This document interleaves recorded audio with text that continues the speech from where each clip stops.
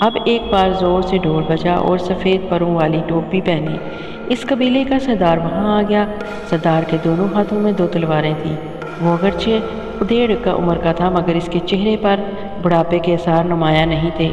اس کی آنکھوں کے گرد گہرے سرخ رنگ کے دائرے بنے ہوئے تھے، چہرے سے وحشت ٹپکتی تھی۔ سردار کو دیکھ کر آدم اور ویشیوں نے زور زور سے ناچنا شروع کر دیا۔ آخر سردار نے اپنا ہاتھ اوپر اٹھایا، ناچ یکدم بند ہو گیا۔ کمال کی بات جو امبر نے دیکھی وہ یہ کہ سردار کے ہاتھ اوپر اٹھاتے ہی بندروں نے بھی خو خو کرنی یخلق بند کر دی اور وہ خاموش ہو گئے۔ سردار قدم قدم چلتا امبر کے قریب آ کر کھڑا ہو گیا۔ سارے آدم اور ویشی پرے پرے ہٹ کر ادب سے خاموش کھڑے ہو گئے۔ سردار بڑے غور سے امبر کو دیکھ رہا تھا، پھر اس نے تلوار اوپر اٹھا کر ہوا میں لہرائی اور اپنی زبان میں ایک نعرہ لگایا۔ نعرے کی آواز پر سارے ویشیوں نے بھی ایک جوابی نعرہ لگایا۔ نعروں کی گونج جنگل میں پھیل گئی، کچھ جانور پھڑپھڑا کر درختوں پر سے اڑ گئے۔ سردار ویشی اب پیچھے ہٹ گیا، اس نے اوپر کی طرف ہاتھ سے اشارہ کیا اور خود ایک پتھر کے چبوترے پر کھڑا ہو گیا۔ امبر نے سر اوپر اٹھایا تو کیا دیکھتا ہے کہ پہاڑی پر سے بندروں کی ایک قطار نیچے چلی آ رہی ہے۔ اس قطار میں نیچے آ کر پہاڑ کے سوراخ والے بندروں میں شامل ہو گئے۔ بندروں کے قد کتوں کی طرح اونچے اونچے تھے اور وہ بڑے وحشی انداز میں چیخ رہے تھے۔ امبر کچھ پریشان سا ہو گیا کہ یہ کیا مصیبت ہے جو اس کی طرف چلی آ رہی ہے۔ اسے اپنی جان کا کوئی خطرہ نہیں تھا مگر وہ یہ سوچ کر گھبرا گیا کہ اتنے سارے بندروں کو وہ کیسے پیچھے ہٹائے گا۔ سارے بندر اس کے گرد آ کر چکر لگانے لگے۔ وہ بار بار وحشی سردار کی طرف دیکھ رہے تھے جیسے اس کے کسی اشارے کا انتظار کر رہے ہوں۔ وحشی سردار نے اپنا نیزہ ہوا میں لہرایا۔ نیزے کا ہوا میں لہرانا جانا تھا کہ ہونہار بھوکے بندر امبر پر ٹوٹ پڑے۔ ایسے لگتا تھا جیسے انہیں کئی روز سے بھوکا رکھا گیا ہے۔ امبر کے دونوں ہاتھ سر کے پیچھے بندھے ہوئے تھے۔ بندروں نے آ کر امبر پر اپنے پنجے مارنے شروع کر دیے۔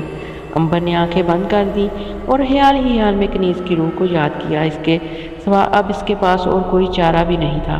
اگرچہ وہ مر نہیں سکتا تھا مگر اتنے سارے بندر ایک بار تو اس کی ساری کھال اکھیڑ سکتے تھے، بعد میں وہ ساری کھال اپنے آپ جڑ جاتی۔ کنیز کی روح خیال کرنے کے ساتھ ہی اس کے سامنے آن کھڑی ہوئی اور مسکرا کر کہنے لگی، امبر تم نے مجھے کس لیے یاد کیا؟ امبر نے بندروں کی طرف اشارہ کر کے کہا، اس ناگہانی مصیبت سے میری جان بچاؤ۔ روح نے کہا، مگر تم مر نہیں سکتے۔ امبر نے کہا، ٹھیک ہے مگر ایسے لگتا ہے کہ آج یہ بندر مجھے مار کر ہی دم لیں گے۔ دیکھتی نہیں ہو کیا لشکر کا لشکر مجھ پر حملہ کر چکا ہے؟ کنیز کی روح نے مسکرا کر کہا، فکر نہ کرو امبر، ان کا ابھی بندوبست کرتی ہوں۔ یہ کہہ کر روح غائب ہوگی۔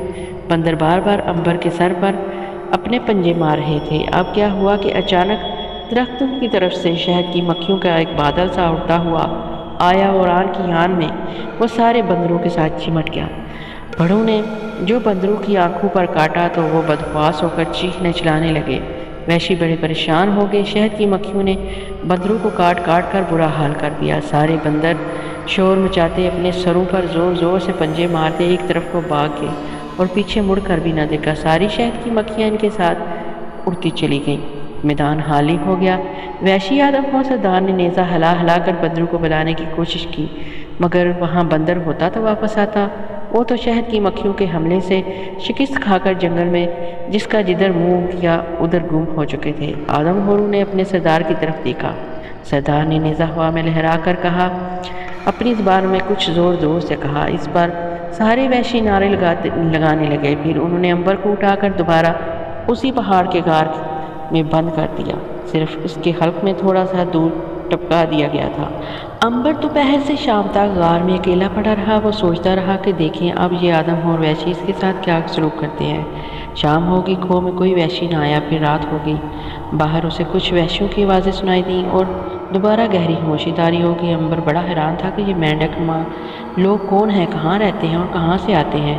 رات گہری ہو گئی، ہر طرف خاموشی چھا گئی، پرندوں کی آوازیں بند ہو گئی، چاروں طرف خوف کا عالم تھا۔ ایک بار پھر آدم اور وحشیوں کے بولنے کی تیز تیز آوازیں سنائی دینے لگی۔ ایسے لگتا تھا جیسے وہ غار کی طرف بڑھ رہے ہوں۔ آخر پتھر ایک طرف ہٹا دیا گیا اور اندر مشعل کی روشنی پھیل گئی۔ اس روشنی میں امبر کو کئی ایک آدم اور وحشی نظر آئے۔ انہوں نے اندر آتے ہی امبر کو ڈولی ڈنڈا کر کے اٹھا لیا اور لے جا کر جنگل کی طرف چل پڑے۔ تھوڑی دور جا کر انہوں نے ایک درخت کے نیچے اسے ڈال دیا۔ وحشی سردار نے ہاتھ سے اشارہ کیا۔ سارے کے سارے وحشی اپنے سردار کے پیچھے پیچھے درختوں کے اوپر بندروں کی طرح چڑھ کے اور شاخوں میں چھپ کر بیٹھ کے۔ امبر درخت کے نیچے اکیلا پڑا تھا، اس کے ہاتھ پاؤں رسیوں میں بندھے ہوئے تھے۔ اچانک جنگل میں دور کسی شیر کی گرج سنائی دی۔ شیر کی آواز کے ساتھ ہی امبر سمجھ گیا کہ اس کے ساتھ کیا سلوک ہونے والا ہے۔ آدم اور وحشی اسے کسی اور شیر کے آگے ڈال رہے تھے جو انسانوں کے خون پینے کا عادی ہو چکا تھا۔ خدا ہی بہتر جانتا ہے کہ وہ ایسا کیوں کر رہے ہیں، جبکہ وہ چاہتے تو خود امبر کو بھون کر کھا سکتے تھے۔ بہرحال امبر حالات کا مقابلہ کرنے کے لیے تیار تھا۔ شیر کی گرج ایک بار پھر سنائی دی۔ اس دفعہ اس کی گرج سے معلوم ہوا کہ وہ قریب آ گیا ہے۔ شیر کی دھاڑ کے ساتھ ہی جنگل میں گہرا سناٹا طاری ہو گیا۔ اس قدر گہری خاموشی چھا گئی کہ اگر وہاں کوئی سوئی بھی گر جاتی تو اس کی آواز بھی آ جاتی۔ شیر بہت قریب آ گیا تھا اور اسے دبے پاؤں درختوں کے عقب میں آگے بڑھتے آدم کو دیکھ لیا تھا۔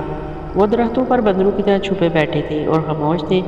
کسی وقت امبر کو زمین پر لیٹے لیٹے درختوں پر ان کی بلی جیسی مکار آنکھیں چمکتی نظر آ جاتی۔ دفعتاً جنگل شیر کی خوفناک دھاڑ سے گونج اٹھا۔ یہ دھاڑ بے حد قریب سے آئی تھی۔ امبر نے سر اٹھایا تو شیر اس سے 10 گز کے فاصلے پر کھڑا تھا۔ زرد رنگ کا یہ شیر بہت اونچا لمبا تھا اور اس کی آنکھیں انگاروں کی مانند دہک رہی تھی۔ وہ اپنا جبڑا کھول کر گھرایا تو اس کے سامنے کے 2 دانت لمبے جو تھے نظر آنا شروع ہو گئے، جو خنجروں کی طرح چمک رہے تھے۔ امبر نے آنکھیں بند کر لی، ڈر کی وجہ سے نہیں بلکہ شیر سے مقابلہ کرنے کے خیال سے۔ اب وہ کنیز کی روح کو دوسری بار تکلیف نہیں دینا چاہتا تھا، وہ اس سے خود ہی نپٹنا چاہتا تھا۔ شیر نے چھلانگ لگائی اور امبر کے اوپر آن گرا۔ امبر نے شیر کا معمولی سا بھی دباؤ محسوس نہ کیا، وہ پوری طرح مقابلے کے لیے تیار ہو چکا تھا۔ شیر نے پوری طاقت سے امبر کے سر پر پنجہ مارا اور الٹ کر پڑے جا گرا۔ شیر کو یوں لگا جیسے اس نے کسی پتھر کی چٹان کو پنجہ مارا ہو، اس کا پنجہ زخمی ہو گیا۔ شیر بڑا حیران ہوا کہ یہ کس قسم کا انسان ہے کہ اس کا سر پتھر کی طرح سخت ہے۔ شیر نے دوسری بار پنجہ مارا تو امبر کے سر سے ٹکرا کر اس کا ایک ناخن ٹوٹ گیا، مگر امبر کو کچھ نہ ہوا۔ اس عرصے میں امبر نے زور لگا کر اپنے دونوں ہاتھوں کی رسیاں کھول دی تھیں۔ درختوں پر بیٹھے وحشی یہ سارا منظر بڑی حیرانی سے دیکھ رہے تھے کہ شیر کے حملے سے انسان کے جسم سے خون کا ایک قطرہ بھی نہیں نکل رہا تھا، حالانکہ اس کے پہلے ہی پنجے کی مار سے امبر کی کھوپڑی کے ٹکڑے اٹھ جانے چاہیے تھے، مگر امبر کا کچھ بھی نہ بگڑا۔ شیر غصے میں آ کر گرج کر ایک بار پھر امبر پر حملہ آور ہوا۔ جو ہی وہ امبر پر گرا، امبر نے اس کے گلے میں رسی ڈال کر اسے مروڑنا شروع کر دیا۔ شیر نے امبر کے چنگل سے نکلنے کی بے حد کوشش کی، وہ سٹ پٹایا۔ اس نے غضبناک ہو کر خوفناک انداز میں امبر کے سر پر پنجوں کی بارش کر دی، مگر امبر پر اس کا کچھ اثر نہیں ہو رہا تھا۔ وہ برابر رسی کو کس رہا تھا۔ رسی میں بال پڑتے گئے اور شیر کا دم گھٹنے لگا۔ اس کے گلے سے خر خر کی آوازیں نکلنا شروع ہو گئی، اس کے ہاتھ پاؤں ڈھیلے ہونا شروع ہو گئے اور آنکھیں باہر کو ابل آئیں۔ امبر رسی کو کستا چلا گیا، یہاں تک کہ شیر کے گلے سے ایک آخری گٹھی گٹھی چیخ نکلی۔ اس کی آنکھیں ابل کر باہر آ گئی اور وہ بے دم ہو کر امبر کے پہلو میں زمین پر گر پڑا۔ یہ سارا ماجرا دیکھ کر آدم اور وحشی تو دنگ رہ گئے۔ وہ شور مچاتے ہوئے درختوں سے نیچے اتر آئے اور امبر کے جسم پر نیزے مارنے لگے۔ ان کو یہ صدمہ تھا کہ امبر نے ان کے جنگل کا ایک خوبصورت بادشاہ ہلاک کر دیا۔ وحشی سردار نے ہاتھ بلند کر کے سب کو پیچھے ہٹا دیا اور خود آگے بڑھ کر امبر کے چہرے کا بڑے غور سے مطالعہ کیا۔ وہ یہ دیکھ کر حیران رہ گیا کہ امبر کے جسم پر شیر کے پنجے کی ایک معمولی سی خراش بھی نہیں آئی تھی۔ اس نے جھک کر شیر کو بھی دیکھا۔ شیر کی آنکھیں باہر کو نکلی ہوئی تھی اور رسی اس کے گلے کی کھال کے اندر تک گھس گئی تھی۔ پھر وحشی نے زور زور سے چلا کر اپنے آدمیوں کو کچھ کہا، یوں لگتا تھا جیسے وہ انہیں امبر کے خلاف کوئی حکم دے رہا ہو۔ سردار کا حکم سنتے ہی وحشیوں نے زور سے چیخ ماری اور امبر کو گھسیٹتے ہوئے اسی جگہ پر لے آئے جہاں سے وہ چلے تھے۔ ان کا خیال تھا کہ زمین پر گھسیٹنے سے امبر کی کھال ادھڑ گئی ہوگی، مگر ایسا نہیں ہوا تھا۔ امبر بالکل صحیح سلامت تھا۔ وحشی سردار کے حکم سے امبر کو ایک بار پھر کھو کے اندر قید کر کے اس کے منہ پر بھاری پتھر رکھ دیا گیا۔ امبر تیسری بار وہاں قید ہو کر پڑ گیا۔ وہ تعجب کر رہا تھا کہ آخر یہ آدم اور وحشی اس سے کیا چاہتے ہیں۔ اگر وہ اسے ہلاک کرنا چاہتے ہیں تو انہیں ہلاک کیوں نہیں کرتے؟ ان کم بختوں پر امبر کی طاقت کا بھی کوئی اثر نہیں ہوا تھا۔ خدا جانے وہ کس شے کا انتظار کر رہے تھے۔ امبر پتھر کے فرش پر ساری رات پڑا رہا۔ رات گزر گئی، سورج نکل آیا۔ امبر کو باہر ڈھولوں کے بجنے کی آوازیں سنائی دینے لگی۔ ایسا لگ رہا تھا جیسے وحشی ڈھول کی تال پر رقص کر رہے ہوں۔ اتنے میں ایک بار پھر پتھر ایک طرف ہٹا کر 2-4 وحشی اندر آ گئے۔ انہوں نے امبر کو اپنے کندھوں پر رکھا اور اٹھا کر باہر لے آئے۔ اس دفعہ باہر کا منظر بالکل ہی نیا اور عجیب و غریب تھا۔ چاروں طرف آدم اور وحشی رنگ برنگے پھولوں کے ہار گلے میں ڈالے کھڑے تھے۔ ڈھول بج رہے تھے، کچھ وحشی ایک طرف رقص کر رہے تھے۔ درمیان میں چبوترے پر سرخ رنگ کی ریت بچھی ہوئی تھی، اس ریت پر سفید جنگلی پھولوں کے ہار پڑے ہوئے تھے۔ عنبر کو لا کر اس چبوترے پر لٹا دیا گیا۔ قریب ہی ایک جگہ آگ جل رہی تھی اور اس کے اوپر ایک لوہے کا کڑاؤ رکھا ہوا تھا جس میں تیل گرم ہو رہا تھا۔ یہ تو مجھے بھون کر کھانے کی تیاریاں کر رہے ہیں، عنبر نے سوچا اور ایک دم ہنس پڑا۔ وحشیوں نے اسے حیرانگی سے دیکھا کہ یہ کس قسم کا آدمی ہے کہ موت کے سامنے کھڑا ہو کر بھی مسکرا رہا ہے۔ اتنے میں سردار نمودار ہوا۔ آج اس نے بھی سروں پر طوطے کے سبز پتوں کا تاج پہن رکھا تھا اور گلے میں سرخ سبز پتھروں کی مالا لٹکا رکھی تھی۔ اس کے ہاتھ میں ایک لمبی تلوار تھی۔ سردار کو دیکھتے ہی زور زور سے ڈول بجنے لگے اور وحشیوں نے اچھل اچھل کر رقص کرنا شروع کر دیا۔ ادھر الاؤ میں آگ تیز کر دی گئی، کڑاہ میں تیل نے کھولنا شروع کر دیا۔ جب رقص کی دھن اپنی انتہا کو پہنچ چکی تو سردار نے تلوار اٹھا کر زور سے ایک چیخ ماری اور چاروں طرف سناٹا طاری ہو گیا۔ سردار نے اپنی زبان میں تقریر کرنی شروع کر دی۔ یوں لگ رہا تھا جیسے کوئی بہت بڑا مینڈک بول رہا ہو۔ اپنی تقریر میں وہ بار بار عنبر کی طرف ہاتھ سے اشارہ کرتا، جس پر وحشی زور سے نعرہ لگاتے۔ تقریر ختم کر کے اس نے تلوار اٹھا کر زور سے زمین میں گاڑ دی۔ اس کے ساتھ ہی چار آدم اور وحشی لمبے لمبے نیزے لے کر عنبر کی طرف بڑھے۔ ان کے نیزوں کی نوکیں دھوپ میں چمک رہی تھیں۔ عنبر کے قریب آ کر چاروں گھیرا ڈال کر کھڑے ہو گئے۔ نیزے انہوں نے ہاتھوں میں پکڑ رکھے تھے اور نیزوں کا نشانہ عنبر کے دل کی طرف تھا۔ وہ شاید سردار کے حکم کا انتظار کر رہے تھے۔ سردار نے جب دیکھا کہ ہر شے تیار ہے تو اس نے تلوار لہرا کر حملہ کرنے کا حکم دے دیا۔ سردار کے حکم ملنے کی دیر تھی کہ بھیانک چیخوں کے ساتھ چاروں کے چاروں وحشی آدم خوروں نے پوری طاقت کے ساتھ چاروں نیزے عنبر کے دل کے آس پاس میں عنبر پر حملہ کر دیا۔ وحشیوں کے خیال کے مطابق عنبر کو ایک خوفناک چیخ مارنی چاہیے تھی اور اس کے جسم سے خون کے فوارے چلنا چاہیے تھے، مگر دونوں میں سے ایک بھی بات نہیں ہوئی۔ نہ تو عنبر کے منہ سے چیخ نکلی اور نہ اس کے جسم سے خون نکلا۔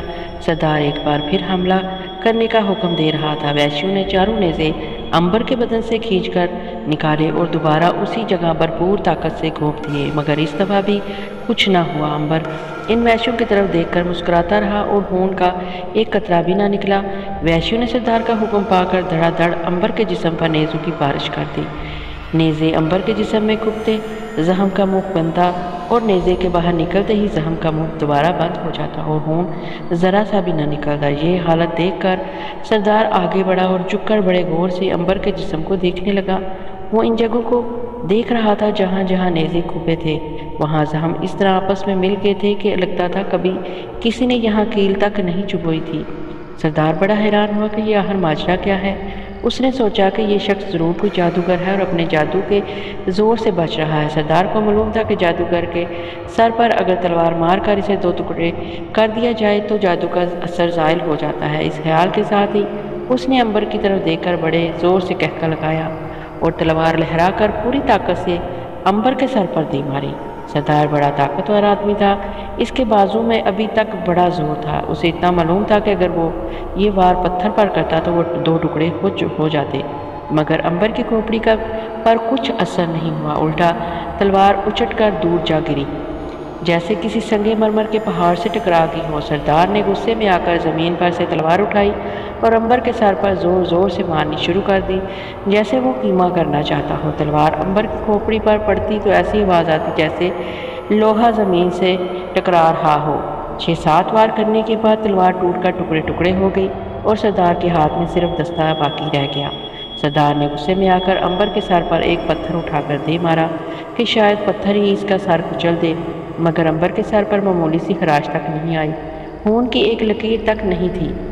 سردار نے نعرہ لگا کر اپنے ساتھیوں سے کچھ کہا۔ کڑاہ میں تیل کھول رہا تھا، انہوں نے آگے بڑھ کر لمبے لمبے بانسوں کی مدد سے کھولتے ہوئے گرم گرم تیل کے کڑاوے کو اپنے کندھوں پر اٹھا لیا اور جہاں عنبر زمین پر پڑا ہوا تھا اس کے اوپر لے آئے۔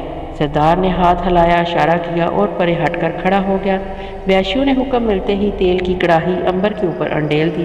اس دفعہ انہیں پکا یقین تھا کہ تیل کھول رہا ہے۔ عنبر پر جوں ہی پڑا وہ تل کر کباب بن جائے گا، مگر اس بار بھی انہیں سخت ناکامی ہوئی۔ گرم گرم کھولتا ہوا تیل عنبر کے اوپر گر گیا، مگر وہ مسکراتا رہا۔ اسے یوں محسوس ہوا جیسے کسی کنویں میں سے ٹھنڈا ٹھنڈا پانی نکال کر اس کے اوپر ڈال دیا گیا ہو۔ اس کے جسم کا کباب ہونا تو بڑے دور کی بات تھی، اس کے بدن پر کہیں ایک آبلہ تک نہ پڑا۔ اب سردار اور دوسرے آدم اور وحشی سکتے میں آ گئے، اور سردار تو حیران پریشان ہو کر رہ گیا۔ اس کی آنکھیں پھٹی کی پھٹی تھیں اور وہ خوف زدہ ہو کر عنبر کو دیکھ رہا تھا، اور پھر وہ اچانک جھک کر زمین پر گر کر عنبر کو سجدہ کرنے لگا۔ سردار کو زمین پر گرتے دیکھ کر سارے کے سارے وحشی عنبر کے آگے سجدے میں گر گئے۔ عنبر نے ہاتھ کے اشارے سے انہیں کہا کہ رسیاں کھول کر اسے آزاد کیا جائے۔ سردار آگے بڑھا اور اس نے بڑے ادب سے اور بڑی جلدی عنبر کے جسم کے گرد لپٹی ہوئی جال کی رسیاں کاٹنا شروع کر دی۔ دوسرے وحشی بھی سردار کی مدد کرنے لگے۔ عنبر آزاد ہو کر زمین پر بیٹھ گیا۔ اس نے اطمینان کا سانس لیا۔ ان کمبخت وحشیوں نے اسے زور زور سے جال میں جکڑا ہوا تھا۔ اس کے سامنے سارے وحشی سر جھکا کر ہاتھ جوڑ کر دو زانوں بیٹھے تھے۔ عنبر نے محسوس کیا کہ وہ ان کا بادشاہ ہے اور باقی سارے وحشی اس کے غلام۔ ایک طرف ہٹ کر بیٹھ جاؤ، عنبر نے بلند آواز میں کہا۔ کوئی بھی اس کی زبان کو نہ سمجھ سکا، مگر سارے کے سارے وحشی پرے ہٹ کر بیٹھ کے۔ سردار اس کے قدموں میں ہاتھ جوڑ کر بیٹھا ہوا تھا۔ عنبر اٹھ کر اس درخت کی طرف چل پڑا جہاں شاخوں کے ساتھ اس کے دوست کی لاش کے ٹکڑے لٹک رہے تھے۔ سارے وحشی غلام جانوروں کی طرح اس کے پیچھے پیچھے آئے۔ عنبر درخت کے پاس جا کر رک گیا۔ صندوقچی ابھی تک ٹہنیوں کے ساتھ لٹک رہی تھی۔ عنبر نے حکم دیا کہ اس شاخ پر سے صندوقچی کو اتار دیا جائے۔ فوراً دو وحشی درخت پر چڑھے اور انہوں نے بڑے احترام کے ساتھ صندوقچی کو ٹہنی پر سے اتار کر عنبر کے قریب زمین پر رکھ دیا اور خود ہاتھ باندھ کر کھڑے ہو گئے۔ عنبر نے صندوقچی اٹھائی اور واپس چبوترے پر آ کر بیٹھ گیا۔ اب اسے یہ فکر تھی کہ اس کا گھوڑا کہاں چلا گیا، میرا گھوڑا کہاں ہے۔ سارے کے سارے وحشی ایک دوسرے کا منہ تکنے لگے۔ وہ کچھ بھی سمجھ نہیں سکے تھے کہ عنبر انہیں کیا کہہ رہا ہے۔ عنبر نے ایک بار پھر اپنے سوال کو دہرایا، مگر اس بار بھی کسی کے پلے کچھ نہیں پڑا۔ آخر اس نے وحشی سردار کو قریب بلا کر اشاروں میں گھوڑے کی نقل اتار کر سمجھایا کہ اس کا گھوڑا کہاں ہے۔ سردار نے مسکرا کر دیکھا اور پھر اپنی زبان میں مینڈک کی طرح ٹرا کر وحشیوں سے کہا کہ دو وحشی لپک کر اٹھے اور بجلی جیسی تیزی کے ساتھ جنگل میں چلے گئے۔ تھوڑی دیر بعد وہ واپس آئے تو ان کے ساتھ عنبر کا عربی نسل کا گھوڑا موجود تھا۔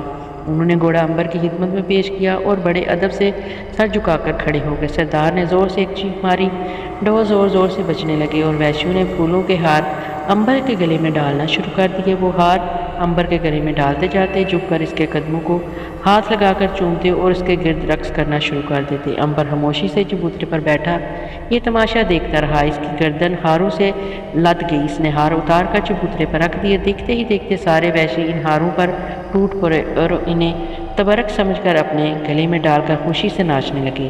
عنبر نے وحشی سردار کے کندھے پر ہاتھ رکھ کر پوچھا، یہ جنگل کہاں جا کر ختم ہوتا ہے؟ سردار بڑی مشکل سے عنبر کی بات سمجھ سکا۔ پھر اس نے اپنی زبان میں عنبر کو بتایا کہ 2 دن کے سفر کے بعد یہ جنگل ختم ہو جاتا ہے اور آسام کی سرحد شروع ہو جاتی ہے۔ عنبر اتنی سی بات کافی دیر کے بعد سمجھا۔ عنبر نے سردار سے کہا اب وہ واپس جانا چاہتا ہے۔ سردار نے ہاتھ جوڑ کر کچھ اس قسم کی بات کی کہ ابھی وہ نہ جائے، وہ اسے اپنا سورج دیوتا سمجھتے ہیں۔ اگر وہ چلا گیا تو ان کے ہاں غلے کا قحط پڑ جائے گا اور کھانے کو کوئی جانور کوئی آدمی نہ ملے گا۔ عنبر نے باتوں اور اشاروں سے وحشیوں کو سمجھانے کی کوشش کی کہ وہ دیوتاؤں کو چھوڑ کر ایک خدا کی عبادت کریں اور آدمیوں کو بھون کر کھانا چھوڑ دیں۔ وحشی کچھ سمجھے کچھ نہ سمجھے، وہ ہاتھ جوڑ کر عنبر کو سلام کرتے رہے۔ عنبر نے صندوقچی گھوڑے کے گلے میں لٹکائی اور خود گھوڑے پر سوار ہو گیا۔ اسے گھوڑے پر سوار ہوتے دیکھ کر سردار نے اپنے گلے میں سے ہڈیوں کی ایک مالا اتار کر عنبر کے گلے میں پہنا دی اور اس کے پاؤں کو بوسا دیا، گویا یہ نشانی تھی کہ عزت اور محبت کی۔ سردار نے اشاروں میں عنبر کو بتایا کہ یہ ہڈیوں کا ہار بڑا مقدس ہے اور اسے گلے سے کبھی نہ اتارنا۔ عنبر نے ہار کا شکریہ ادا کیا اور آہستہ سے وہاں سے چل پڑا۔ اسے جاتا دیکھ کر سارے کے سارے وحشی ایک دم زمین پر سجدے میں گر گئے۔ سردار بھی سجدے میں پڑ گیا۔ عنبر چپ چاپ گھوڑے پر سوار وہاں سے نکل گیا۔ جنگل میں ایک جگہ موڑ گھومتے ہوئے اس نے مڑ کر پیچھے دیکھا۔ سارے آدم اور ابھی تک سجدے میں گرے ہوئے تھے۔ 2 دن کی مسافت کے بعد اس گھنے جنگل کو ختم ہو جانا تھا۔ یہ 2 دن بڑے ہی پرخطر سفر کے دن تھے۔ عنبر کو ایک ایسے جنگل میں سے گزرنا تھا جہاں قدم قدم پر خونخوار قبیلے آباد تھے۔ یہ قبیلے آدم اور وحشیوں کے قبیلے تھے۔ یہ لوگ عنبر کو مار تو نہیں سکتے تھے لیکن اس کے لیے رکاوٹ کا باعث بن سکتے تھے، اور وہ بہت جلد ہمالیہ کی پہاڑوں میں جھیل نندن سر پہنچنا چاہتا تھا، جس کے پانی میں اس کے دوست ناگ کی زندگی کا راز چھپا ہوا تھا۔ وہ چاہتا تھا کہ راستے میں اسے کوئی پریشانی نہ ہو اور وہ بڑے سکون کے ساتھ سفر کرتا ہوا اپنی منزل پر پہنچ جائے، مگر یہاں قدم قدم پر اسے روکا جا رہا تھا۔ اس سے پہلے ہی اس کے 4-5 دن ضائع ہو گئے تھے۔ اگر یہ آدم خور وحشی اسے نہ روکتے تو اس وقت وہ ہمالیہ کے دامن میں پہنچ چکا ہوتا۔ ایک بات کی اسے تسلی تھی کہ سردار نے اس کے گلے میں ہڈیوں کی مالا ڈال دی تھی۔ امبر کو یقین تھا کہ راستے میں اگر اس کا واسطہ کسی آدم خور قبیلے سے پڑا تو وہ اس کے گلے میں سردار کی ہڈیوں کی مالا دے کر اسے کچھ نہیں کہیں گے اور گزر جانے دیں گے۔ سارا دن وہ جنگل میں چلتا رہا۔ رات ہو گئی۔ یہ جگہ گنجان درختوں کی چھاؤں میں تھی، جہاں دیوار کے پیڑوں نے اپنا گھنا سا سایہ بنا رکھا تھا۔ امبر نے ناگ والی صندوقچی اور اوپر شاخ کے ساتھ باندھ دی۔ گھوڑے کو پانی پلا کر اس نے درخت کے ساتھ باندھا اور خود سونے کی تیاری کرنے لگا۔ وہ بستر پر لیٹ گیا اور آنکھیں بند کر لی۔ وہ کئی روز سے پوری طرح نہیں سویا تھا اور بے حد تھکا ہوا تھا۔ بستر پر لیٹتے ہی اسے نیند آ گئی۔ وہ گہری نیند میں کھو گیا۔ ٹھیک اس وقت ادھر سے ایک چور کا گزر ہوا۔ اس نے جو ایک مسافر کو جنگل میں سوئے ہوئے اور گھوڑے کے قریب میں بندھے دیکھا تو اس کے منہ میں پانی بھر آیا اور وہ دبے قدموں آگے آ بڑھا اور گھوڑے کو کھولنے لگا۔ گھوڑے نے ایک اجنبی کو اپنے قریب پا کر زور زور سے ہنہنانا شروع کر دیا۔ امبر کی آنکھ کھل گئی۔ آنکھ کھلتے ہی جو شے سب سے پہلے اس نے دیکھی وہ ایک ڈرونے چہرے والا کالا چور تھا جو امبر کا گھوڑا کھو رہا تھا۔ امبر نے اٹھ کر آواز لگائی، ٹھہر جاؤ، کون ہو تم؟ میرا گھوڑا کس لیے کھو رہے ہو؟ چور وہیں رک گیا۔ وہ بڑے ڈھیل ڈول کا تھا۔ اس نے دبلے پتلے نوجوان کو گہری نظروں سے دیکھا اور قہقہ لگا کر ہنس پڑا۔ اگر اپنی زندگی چاہتے ہو تو جہاں لیٹے ہو خاموشی سے لیٹے رہو، ذرا بھی حرکت کی تو تلوار کی ایک ہی وار سے تمہارے 2 ٹکڑے کر دوں گا۔ امبر نے مسکرا کر کہا، دوست، میرے گھوڑے کو تم چرا نہیں سکو گے، میری بات غور سے سنو۔ اگر تم جان کی سلامتی چاہتے ہو تو یہاں سے چپ چاپ 9-2-11 ہو جاؤ، نہیں تو یاد رکھو تمہیں پچھتانا پڑے گا۔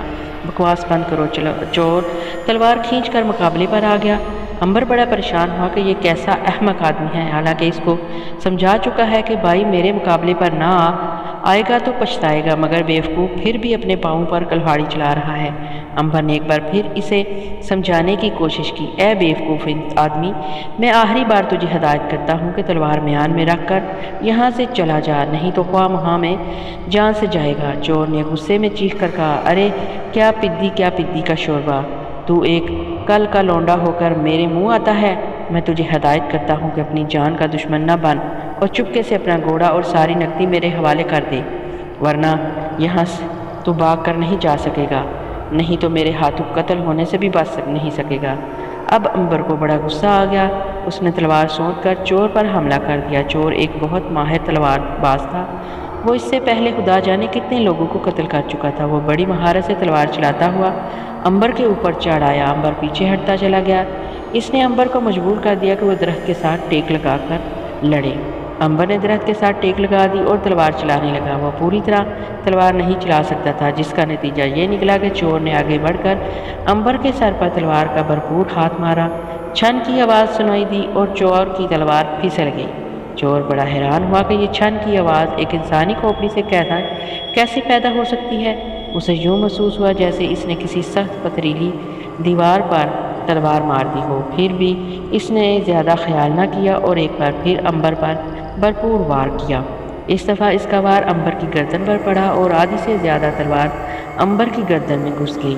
چور کا خیال تھا کہ امبر کی گردن کٹ کر نیچے لڑک جائے گی اور خون کی نہر بہہ جائے گی، مگر دونوں میں سے کچھ بھی نہ ہوا، نہ خون کی لکیر بہی اور نہ امبر کی گردن ہی کٹی۔